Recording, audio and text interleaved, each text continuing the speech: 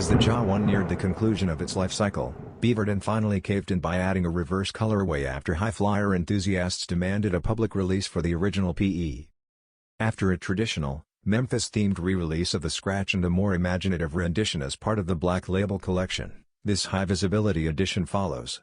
The claw marks stay in the same location, slicing across the lateral quarter panel, as per those pairs.